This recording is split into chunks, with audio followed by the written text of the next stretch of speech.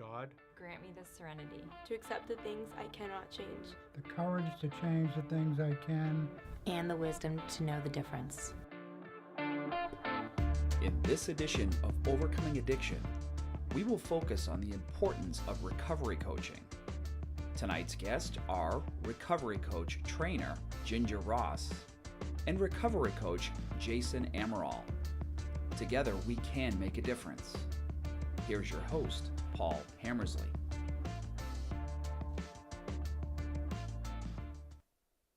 Hi, and welcome to another edition of Overcoming Addiction. I'm Paul Hammersley, and I'm also the president of Malden Overcoming Addiction. And tonight, I would just like to welcome my guests, Ginger Ross and Jason Amaral. Ginger, thank you for coming on. Nice to see you, Paul. Jason, Always. how are you? Thank you, Paul. And so tonight, we're just going to talk about the importance of recovery coaching. We're going to go from front to back. We're going to cover the gamut on giving a lot of people some insight on what a recovery coach is, what it looks like to go to a recovery coach academy, what that looks like. And at this point, I'd like to open the show. We have a clip. Malden Overcoming Addiction has run 3 CCAR recovery coach academies this year. And Ginger Ross, that's with me tonight, she's one of the trainers, and Jason is a recovery coach that has went through our program.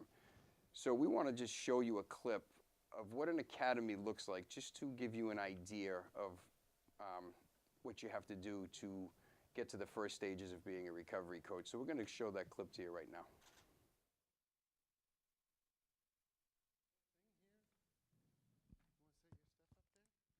So good morning, everybody. As you know, I'm Donna, the Recovery Coach Coordinator. So what this provides you after this training is you will be covered in your advocacy and mentoring.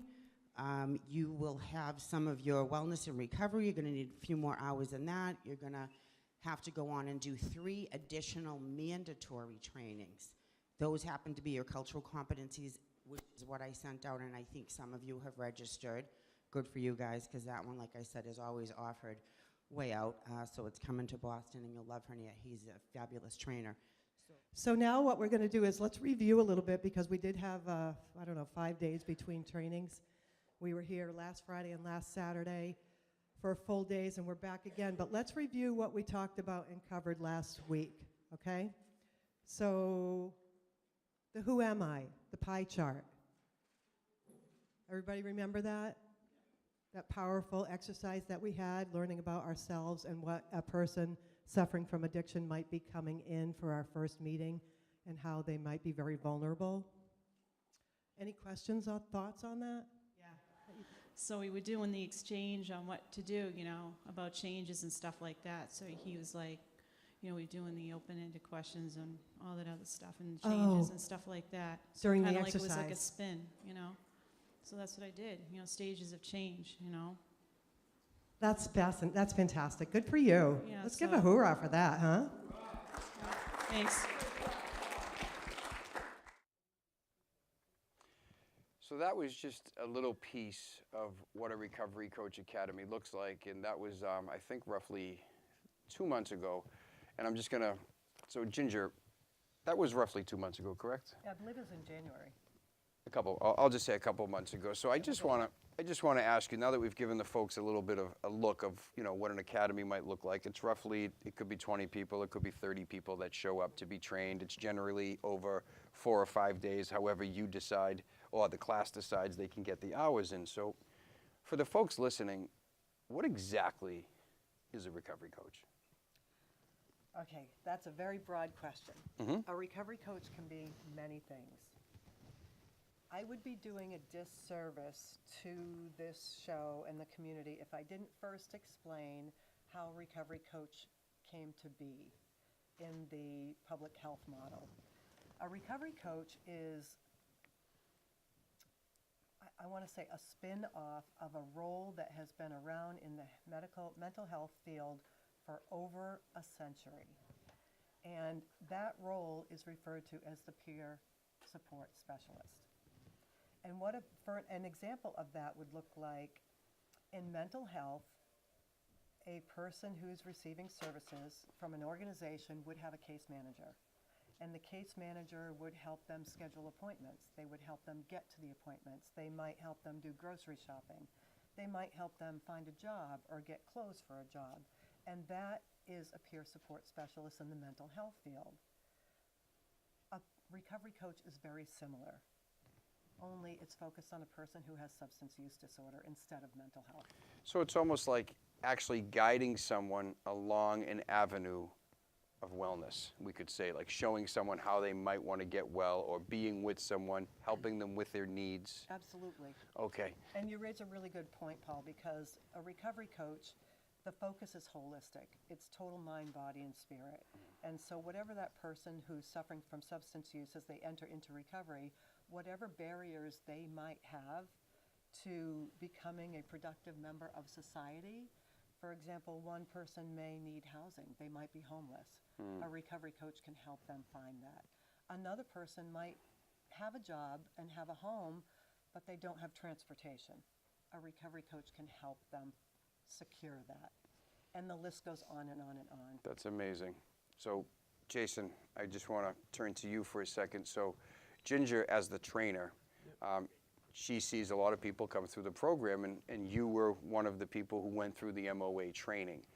And now you're currently coaching with Malden Overcoming Addiction. So I just wanted to ask you, what was the experience like when you went through a training through MOA with Ginger? Like, how did you feel when it was over? So I did the training with Malden Overcoming Addiction, Ginger, and I did another training. So it was, I mean, it changed my perspective on what I thought recovery coaching was when I entered the academy. I didn't really have a good idea on what exactly. I mean, I kind of had an idea because of what the term is, and I work in the field in general, but also I'm in recovery. But I thought it was someone like you get a recovery, tell them what to do, kind of a sponsor pretty much, you know what I mean? And then I found out that that's not what it is. I mean, there's some resemblances, but for recovery coaching, I learned that you meet, like Ginger said, you meet the person where they're at. Say I have a recovery and he relapses. I'm not you relapse, I'm done being your recovery coach, blah, blah, blah. It's all right, well, and he's willing to go to treatment, let's help find you a bed and show you avenues and ways to go about and find yourself a bed in treatment if that's what you want to do. If you don't want to go to treatment and you want to maybe get on MAT because you don't want to go into treatment, but you don't want to keep getting high and you don't know what to do. It's just to lay out different avenues and possibilities on what the recovery can do to find recovery or meaningful recovery. So is it safe to say that, as I'm also a coach, and when people ask me, what exactly are you doing? And one of my analogies, so you brought up sponsorship, and it's not a sponsor, it's a total different game. So my job, I deal with people who can be using. Someone that's using could still want a recovery coach, and we can try to show them a better way, maybe to help them not use. We can point out certain things. What is that like for you when you wake up in the morning? Are you holding a job? We try to give them some information on maybe trying something different to get them eventually to stop using. So I like to say, if someone's shooting 5 bags of dope a day, how do we get you to shoot 4? And so on, right down the line, because we don't turn anybody away and there's no judgment. Yeah. We want to make that person feel as safe as they can. We want to be in contact with that person at all times. Is that safe to say? Absolutely. Yeah. Right. Yeah. You hit one of the nails on the head, because as you know, there's so many nails in recovery coaching. Right. And you raise a really good point about harm reduction. And oftentimes a person's pathway to finding or seeking recovery is through the harm reduction model. And you gave a great example. If they're using 5 bags a day, let's bring some awareness to what their life looks like and how it's suffering, and ask them if this is how they want to live. Hopefully they respond no, and we give them help to improve that. And for some people, that means harm reduction. I had one girl who came in, she was addicted to Percocets, and she smoked marijuana, and she refused to stop smoking the marijuana. And we work with those people. Ultimately, our goal is to get them clean and sober. complete abstinence. However long that takes, we're there with them.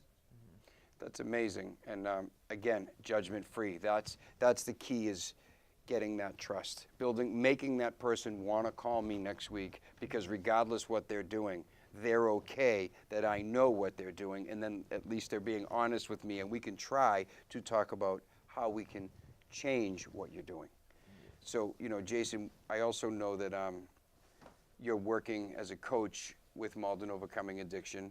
Can you just talk about that for a little bit? Because we do have supervisors as well. Can you just give me a little bit on what goes on with you? Because we do have a recovery coach coordinator. She's not with us tonight. Her name is Donna, and Donna Aiello, and I know that you work with Donna. So what does that look like for you? What is it like when you talk to that recovery, meet that recovery? Tell me what that's like.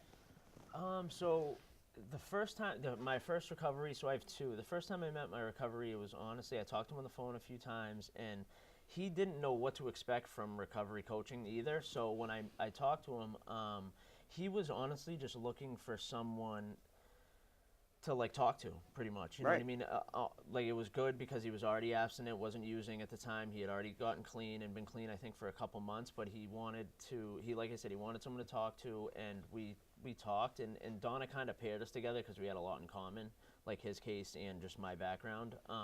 So we started talking, and like we have a lot of the same similarities. But it was more like I was giving him some advice on like questions he asked me. Like, I wasn't telling him what to do and stuff like that. It was if he asked me a question or like, how'd you do this? Like, I would just suggest certain things to him. But me and him, actually, we're still close. I still coach him today.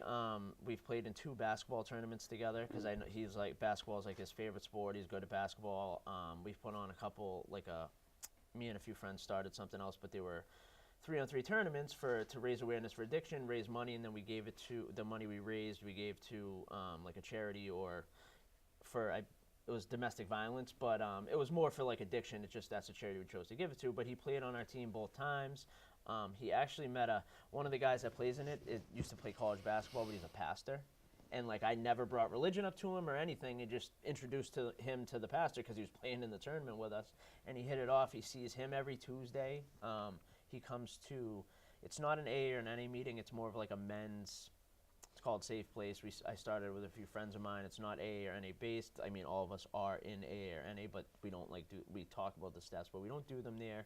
It's not like, it's not a typical AA or NA meeting. He comes to that every Monday, and just our experience. Honestly, it became, I know you're not supposed to get like too close to recoveries, but he's like he's a friend, obviously, you know, but he calls me for advice or just to talk, because at the time he was looking for more friends that were doing the right thing, or like sober people that he can relate to, because at the time all his friends were still using, and he didn't want to talk with them, you know what I mean, because he wanted to pull himself out of the situation. But yeah, on the other aspect, I have another recovery. The first time he called me, he was couch surfing, had been clean I think a few weeks, and I tried to help, and he wasn't working. He said he was in trying to look for a job. So we met, and I helped him build his resume. Like, I helped him put his resume together because he wasn't like too sure on how to do that. I couldn't help him. I helped him. We were trying to find housing, but that's a long process, as everyone knows. So, but I led him in that direction. You know, I gave him guidance. He didn't know how to build his resume, so I helped him. I didn't build it for him. I just suggested on certain ways to do it in the format. And we talked for a little while longer. Unfortunately, I don't know, we just fell out of communication. I called him a few times. He just never returned my call, but that's on him. I'm not going to call him every other day and be like, why are you not calling me? You Perfect. So basically, you're giving guidance where guidance is needed. If someone might need help, housing, food, we give resources. Yes. We're resource brokers. Yeah, So exactly. that's amazing. And I'd be remiss if I didn't just mention really quick that we also work in Malden Drug Court. And last month, we had 4 recoveries graduate. Oh. Yeah, we had 4 recoveries graduate Malden Drug Court, with MOA coaches. So I just wanted to just say kudos to Malden Overcoming Addiction and the coaches, and Donna for all the hard work and the energy, and kudos to just the whole Malden Drug Court system for what they're doing, because it's working, and recovery coaching is saving lives. Yeah. Ginger, I'm going to switch gears real quick. In this role, is there any evidence that works? Is there something concrete out there that's showing that this is working? That shows recovery coaching works? Yeah, I know that you had a quote, you read it to me off camera, and you had a couple of things there, and I would like to hear that again. Yes, I would love to read this. So it is evidence-based. Recovery coaching does work. This is the quote. This type of service is evidence-based. Across the service types, improvements have been shown in the following outcomes: reduced inpatient service use, improved relationships with providers, better engagement with care, higher levels of empowerment, and higher levels of patient activation, higher levels of hopefulness for recovery, and recidivism has been shown to decrease with the introduction of a recovery coach within the first 60 days of recovery. Which means, so for the folks that might not follow what you just said in that quote, in a couple of sentences, Recidivism? just sum up what you just read in a couple, like it's working. Yeah, it's working. So reduced inpatient service, what does that look like? So that means a person might, if they're introduced to a recovery coach after treatment, the number of times they return to treatment has been reduced. That's big. That's evidence-based. That's huge. Those numbers are big. Yes. Another one is improved relationship with providers. So what's happening is with the introduction of a recovery coach who acts as a guide and a mentor and an advocate, people are showing up to their doctor's appointments. They're showing up to their court appointments. They're showing up to life. The health and wellness piece. Yes. Like doing what you're supposed to be doing. Right, to be a productive member of society. That's correct. And so these numbers have increased significantly in favor of the recovery coach, being the supportive, sort of like the missing piece. Like Jason talked about, he's not a sponsor as a recovery coach, and a sponsor can be a very integral piece of a person's recovery.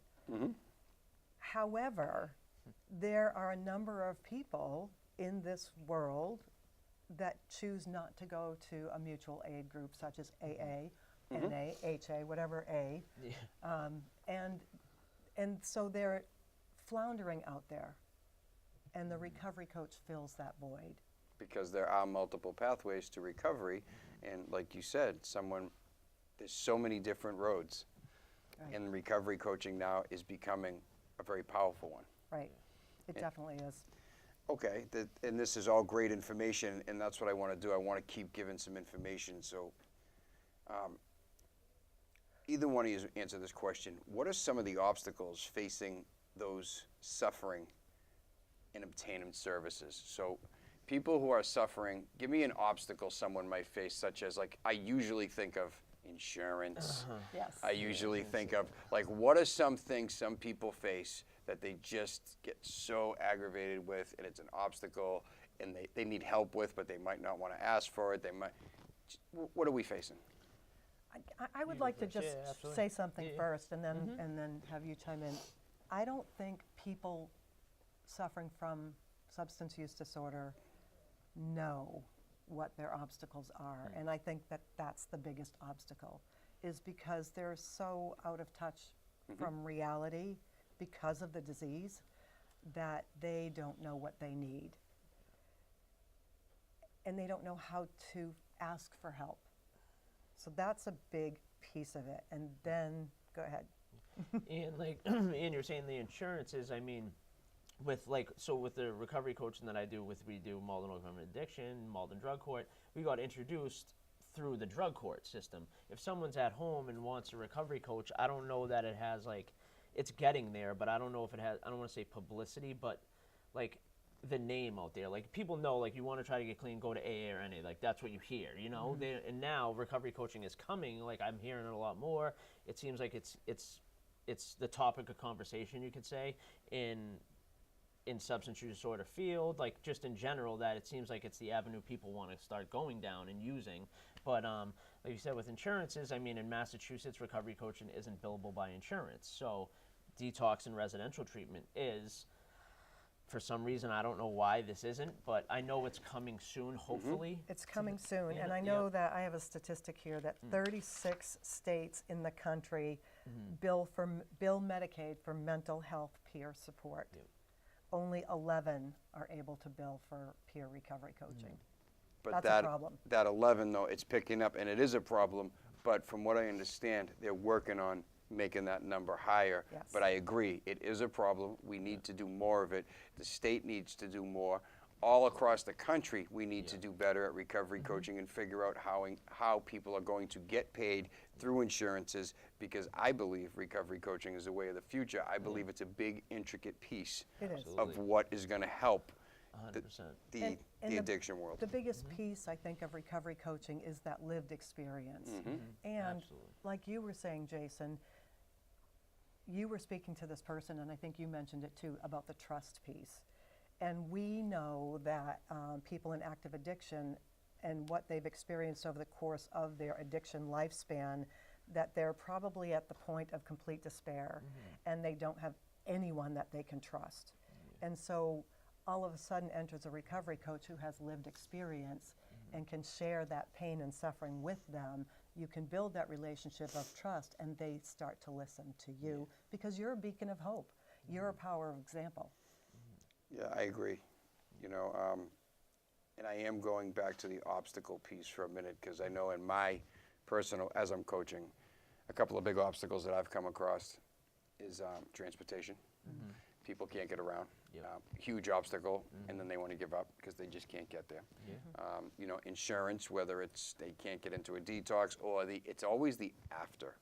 It's after the 5 to 7 day spin dry. It's where do they go? Yeah. And that's a whole nother story with I believe we need a recovery center.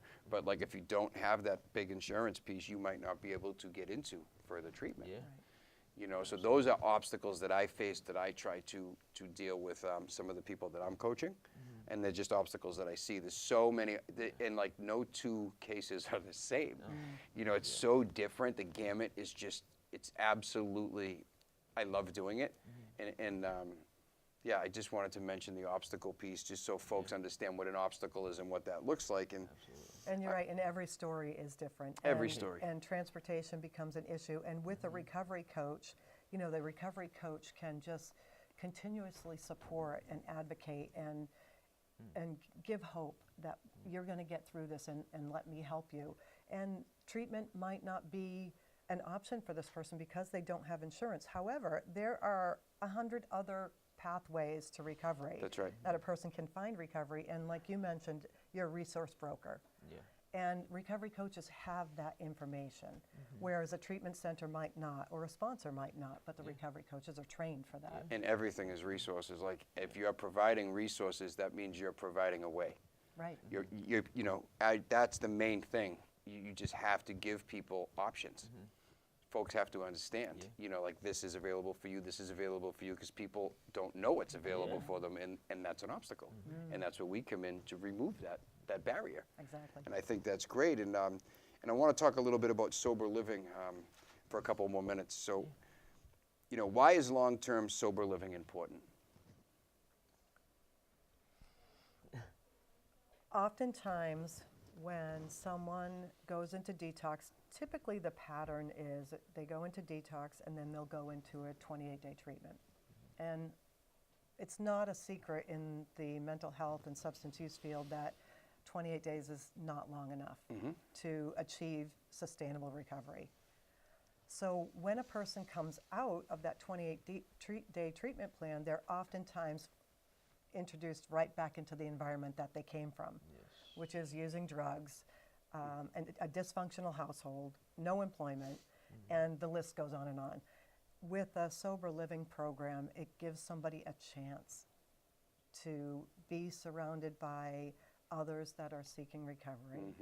There's no threat of use. It removes that whole sort of fear and temptation and craving that comes along with the disease.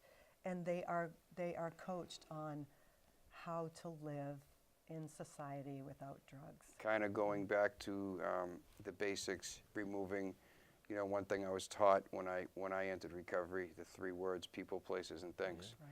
You can't talk to the people, you can't do the things, and you can't go to the places. So if you go back home, all those things are there. If you go to further treatment, you change it all. But it's scary because it leaves you alone at the beginning, and that's just the hardest part. But if you're in a recovery community such as a long-term sober living, everyone around you is doing the same thing, and that's what you need. It's all about peer-to-peer. Exactly. you know.